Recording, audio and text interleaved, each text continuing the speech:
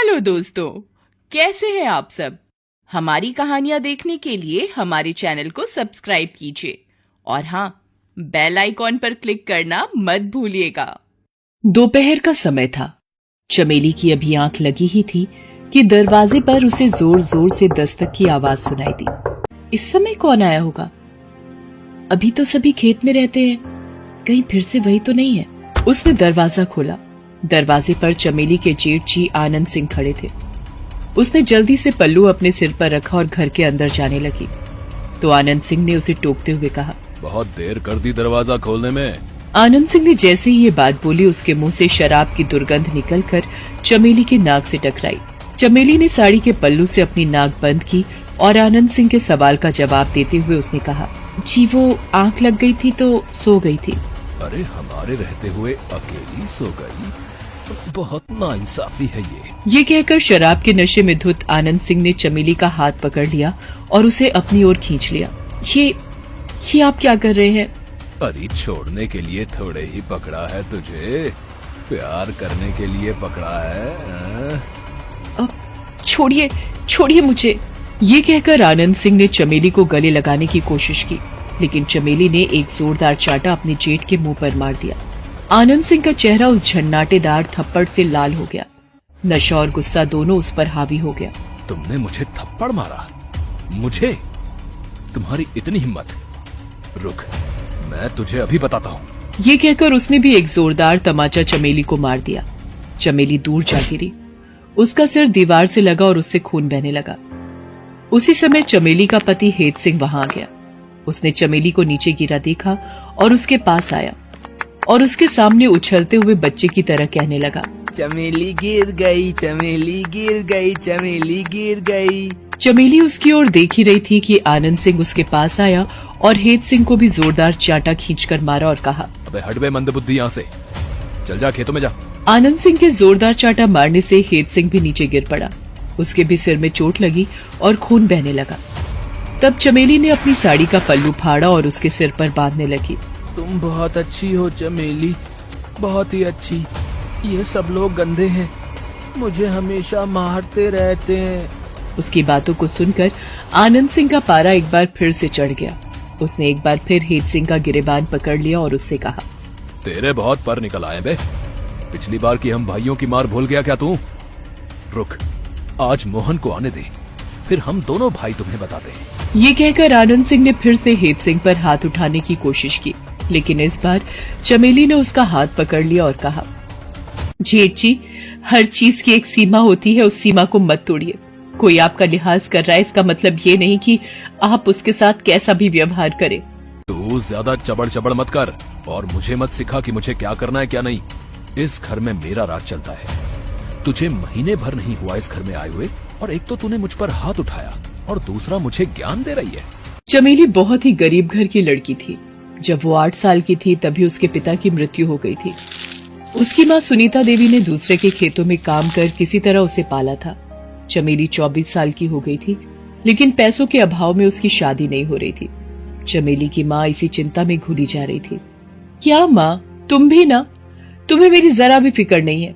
कितनी बार कहा मेरी शादी के बारे में सोच सोच कर अपनी तबीयत बार बार मत खराब किया करो। जब मेरी शादी होनी है तब हो जाएगी।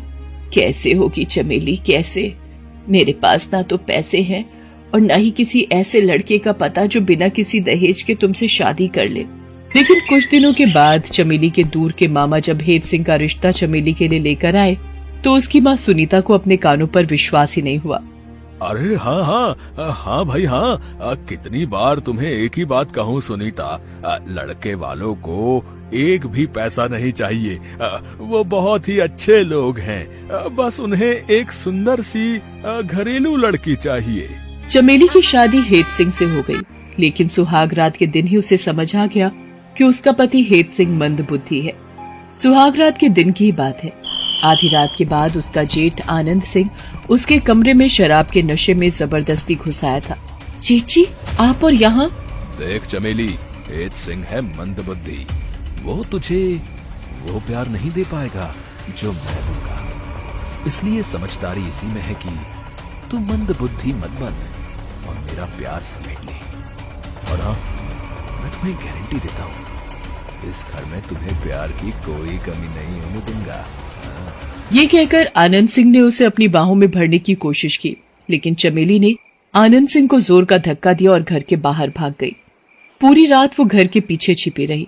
सुबह पौ फटने पर घर के अंदर आई। उसके घर के अंदर आते ही मोहन सिंह और आनंद सिंह ने उसे रोक लिया। कहाँ थी तू रात भर? किसके साथ मुंह काला कर रही थी? ये आप क्या कह रहे हैं? अगर कुछ पूछना है तो अपने बड़े भाई से पूछिए कि मैं कहाँ थी और किसके कारण थी। इन्हें सब पता है। क्यों जेठ जी, बताइए ना आप इन्हें। कौन से? इस लड़की को 2 दिन घर आए हुए नहीं हुए कि ये हमारे बीच फूट करवाने लगी। इसकी लगाम अभी ही कसनी पड़ेगी।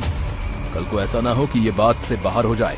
भैया, आप सब कुछ मुझ पर छोड़ दीजिए।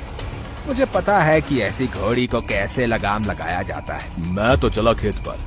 अब तू देख ले कैसे लगाम लगानी है या लगाम छोड़नी है। अपने बड़े भाई के खेत पर जाते ही आनंद सिंह भूखी नजरों से चमेली की ओर देखने लगा और उसने चमेली से कहा, मेरे मंदबुद्धि भाई ने क्या किस्मत पाई है जो उसे तुम्हारी जैसी बीवी मिली। इतनी खूबसूरत, इतनी हसीन, इतनी गोरी। मेरा तो मन ही डोल गया है तुझे देखकर। ये कहकर उसने भी चमेली को अपनी बाहों में भरने की कोशिश की। चमेली समझ गई कि क्यों इन दोनों भाइयों ने मिलकर अपने मंदबुद्धि भाई से उसकी शादी कर दी। मोहन सिंह उससे जबरदस्ती करना चाह रहा था, लेकिन चमेली ने बड़ा चाकू उठाया और उसकी ओर दिखाते हुए कहा, तुम लोग इंसान हो या राक्षस? अरे जरा भी शर्म तुम लोगों में नहीं है क्या? अपने भाई की बीवी पर बुरी नजर रखते हो। दूर हो मुझसे, नहीं तो पेट की सारी अंतड़ियां इसी चाकू से निकाल दूंगी। मोहन सिंह डर गया और उसने चमेली को छोड़ दिया, लेकिन दोनों भाई हमेशा मौके की तलाश में रहने लगे। आज भी उसी मौके को देखकर आनंद सिंह दोपहर में घर आ गया था, लेकिन बार बार की इन घटनाओं से चमेली भी आजिज आ गई थी। इसलिए उसने आज एक फैसला ले लिया और वो अपने पति को लेकर भागती हुई पुलिस स्टेशन पहुंची और इंस्पेक्टर रीमा को सारी बातें बताई। तुम बिल्कुल फिक्र मत करो चमेली, कानून तुम्हारे साथ है। हम मोहन सिंह और आनंद सिंह को उसके किए की वो सजा देंगे कि वो पूरी जिंदगी नहीं भूल पाएंगे। इंस्पेक्टर रीमा चमेली को लेकर उसके घर पहुंची। मोहन सिंह शराब के नशे में अब भी वहीं पड़ा हुआ था। उसने जैसे ही चमेली को देखा, अरे कहाँ चली गई थी तू? क्यों नहीं मेरी बात मान लेती? देख, मेरी बात मान ले और मजे कर। उसकी बात खत्म भी नहीं हुई थी कि इंस्पेक्टर रीमा का एक डंडा उसकी पीठ पर जोर से पड़ा। वो दर्द से तिलमिला गया। आनंद सिंह कराहता रहा और इंस्पेक्टर रीमा का डंडा उसके ऊपर बरसता रहा। थोड़ी देर बाद पुलिस के सिपाही मोहन सिंह को भी खेतों से पकड़ कर ले आए। इंस्पेक्टर रीमा ने उसका भी स्वागत डंडों से किया। अरे हमें माफ कर दो, हमें माफ कर दो, हमसे गलती हो गई है। तुम लोगों की गलती की माफी ही नहीं है। तुम लोगों को तो ऐसी सजा मिलनी चाहिए कि हर वो इंसान जो औरत को वस्तु समझता है, उसका शोषण करने की हमेशा ताक में रहता है, उसकी रूह कांप जाए। उन दोनों को जेल भेज दिया गया। मोहन सिंह और आनंद सिंह को 9 साल के कठोर कारावास की सजा सुनाई गई। चमेली हेत सिंह के साथ ही रहती है। चमेली उसे कभी ये एहसास नहीं होने देती कि वो मंद बुद्धि है, उल्टा वो उसे बहुत प्यार करती है। हेलो दोस्तों, कैसे हैं आप सब? हमारी कहानियां देखने के लिए हमारे चैनल को सब्सक्राइब कीजिए और हाँ, बेल आइकॉन पर क्लिक करना मत भूलिएगा।